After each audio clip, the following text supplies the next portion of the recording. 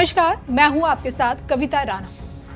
जिन्होंने बहन बेटियों का सिंदूर उजाड़ा, अब उनके उजड़ने का समय आ चुका है। जिन्होंने धर्म पूछकर गोलियों से भूना, अब उनकी कब्र खोदने की बारी है। जिनके आतंक से घाटी लहूलुहान हुई, अब उन्हें ठोकने की बारी है, क्योंकि अब सरहद पार जाकर योगी दहशतगर्दों के ताबूत में आखिरी कील ठोकेंगे। पीएम मोदी की कूटनीतिक स्ट्राइक के बाद योगी अब पाकिस्तान का क्या हाल करेंगे? क्या है पूरा मामला, आइए आपको बताते हैं।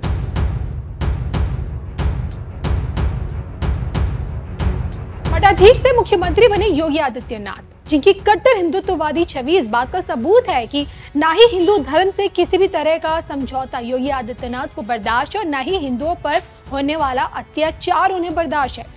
पिछले 7 सालों से यूपी के लिए उपयोगी साबित रहे योगी बाबा की आंखों में उस वक्त आंसू देखे गए जब पहलगाम आतंकी हमले में मारे गए कानपुर के रहने वाले शुभम त्रिवेदी की डेड बॉडी घर लाई गई। योगी बाबा के सामने शुभम त्रिवेदी की लाश पड़ी हुई थी। सामने रोती बिलखती उनकी पत्नी और इकलौते बेटे का रोता हुआ पिता। इस मौके पर सीएम योगी को कई बार रोते बिलखते संजय द्विवेदी को ढाढ़स बंधाते हुए देखा गया और मातम भरे इसी माहौल में जैसे ही पाकिस्तान मुर्दाबाद के नारे लगे, मृतक शुभम त्रिवेदी की पत्नी ने योगी बाबा से इसका कड़ा बदला लेने की अपील कर डाली। योगी से मांग होने लगी कि अब की बार सरकार ऐसी कार्रवाई करे कि आतंकी 7 पुश्तों तक किसी को मारना भूल जाए। बस फिर क्या था, आतंकवादी और उनके आकाओं को सबक सिखाने का सबसे बड़ा कमिटमेंट योगी आदित्यनाथ ने कर दिया। खुलकर कहा कि ये वो सरकार नहीं है जो आतंकवादियों के मुकदमे वापस ले लेती है। ऐसे विषैले फलों को कुचलने का काम इस बार किया जाएगा। पाकिस्तान को आंख दिखाते हुए योगी बाबा ने स्पष्ट कर दिया है कि इनके ताबूत में आखिरी कील ठोकने की शुरुआत हो चुकी है। योगी जी ने बाकायदा ये बात भी कही है, यह वह सरकार नहीं जो आतंकवादियों पर दायर मुकदमों को वापस लेती हो या वहां पर भी अपना वोट बैंक देखती हो। पूरी सख्ती से ऐसे तत्वों के विषैले फलों को कुचलने का कार्य होगा जिन लोगों ने आतंकी घटना को अंजाम दिया है या इस साजिश का हिस्सा बने हैं। यह जीरो टॉलरेंस की नीति देखने को मिलेगी और हर व्यक्ति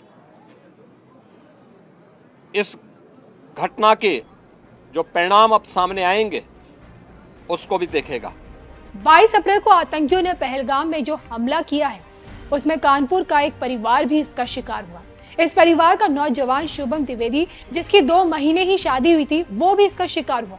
पहलगाम के क्रूर विभत्स्य कारियाना कृत्य की न केवल देश बल्कि दुनिया के हर सभ्य समाज में इनकी निंदा की है।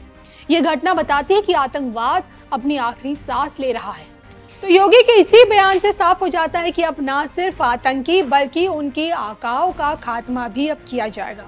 पाकिस्तान को लेकर योगी बाबा बिल्कुल स्पष्ट बोलते हैं, खुलकर इस बात का दावा करते हैं कि पीओके जल्दी भारत का होगा। अपनी कुलदेवी हिंगलाज माता के बहाने से ही, लेकिन बलूचिस्तान का जिक्र उनकी जुबान पर होता है। योगी जी का पिछला रिकॉर्ड अगर आप देखेंगे तो उन्होंने जो कहा है वो करके दिखाया। कटेंगे बटेंगे का संदेश देकर हिंदुओं को एकजुट करने की उन्होंने कोशिश की और यही कोशिश उनकी सफल भी हुई जब भाजपा महाराष्ट्र और हरियाणा में कमल खिलाने में कामयाब हुई। अब ये योगी जी की शानदार नेतृत्व शक्ति का नतीजा है जो भव्य तरीके से अयोध्या में रामलला की प्राण प्रतिष्ठा हुई, काशी के विशालकाय कॉरिडोर का उद्घाटन हुआ और 68 तीर्थ 19 कूप की नगरी संभल को वापस उसकी असल पहचान मिलनी अब शुरू हो चुकी है। माफियाओं को ऐसा ठोका कि यूपी अब पूरी तरह से माफिया मुक्त हो चुका है और दंगाइयों को डंडे से ठोकते हैं योगी बाबा। तो जिस किसी ने योगी से पंगा लिया है उससे अपनी कब्र खुद ही खोदने का काम किया है। अब सोचिए ना, सार्क वीजा बैन करके पीएम मोदी ने पाकिस्तानियों के लिए भारत आने के सारे रास्ते बंद कर दिए। आप भी जानते हैं, सिंध नदी समझौता स्थगित कर दिया गया है। पाकिस्तान को पानी की एक एक बूंद का मोहताज इस वक्त पीएम मोदी ने बना दिया और अब जब योगी दहशतगर्दों के ताबूत में आखिरी कील ठोकेंगे तो पाकिस्तान का उस वक्त और भी कितना ज्यादा बुरा हाल होगा, अब ये तो समय बताएगा।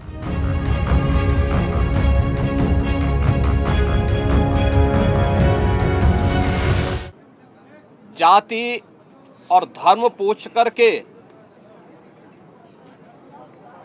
बहन बेटियों के सामने उनके सिंदूर को उजाड़ा जाए, यह कोई सभ्य समाज स्वीकार नहीं कर सकता, और खास तौर पर भारत के अंदर यह कतई स्वीकार्य नहीं है।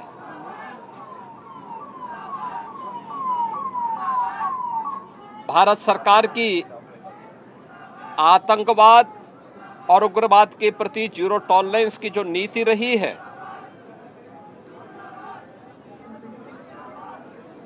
वह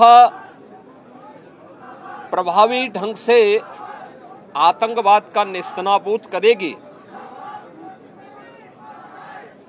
और आपने देखा होगा कल इसकी शुरुआत, इसके ताबूत पर अंतिम कील ठोकने की शुरुआत हो चुकी है। आदरणीय प्रधानमंत्री जी की अध्यक्षता में सीसीएस की बैठक में जो निर्णय लिए गए हैं, आदरणीय गृह मंत्री जी ने स्वयं उन क्षेत्रों का दौरा किया और आगे की रणनीति के साथ ही आतंकवाद और उग्रवाद के खात्मे की एक नई पहल के लिए अब पूरा भारत आगे बढ़ा है। आतंकवाद और उग्रवाद के प्रति जो जीरो टॉलरेंस की नीति है,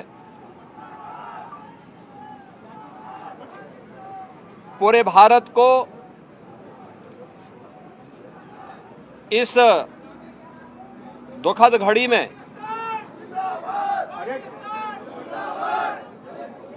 प्रधानमंत्री मोदी जी के नेतृत्व पर विश्वास करना चाहिए।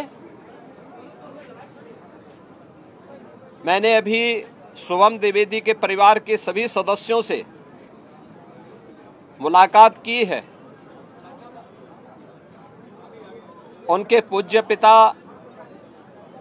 से मेरी कल भी बात हुई थी और रात्रि में ही उनकी बॉडी यहां पर आई है। पार्थिव शरीर अंतिम संस्कार की प्रक्रिया के लिए आगे प्रस्थान कर रहा है। परिवार दुखित है। शुभम द्विवेदी परिवार का एकमात्र पुत्र था। 2 महीने पहले ही उसकी शादी हुई थी। परिवार दुखित है। मैं दिवंगत आत्मा की शांति की कामना करता हूं। परिवार के लोगों के प्रति हमारी पूरी संवेदना है। दुख की इस घड़ी में पूरा देश इस अमानवीय और बर्बर कृत्य की निंदा करता है और इस बात के लिए भी हम आश्वस्त करते हैं कि जिस तरीके से वहां पर जो कृत्य उन आतंकवादियों ने किए हैं,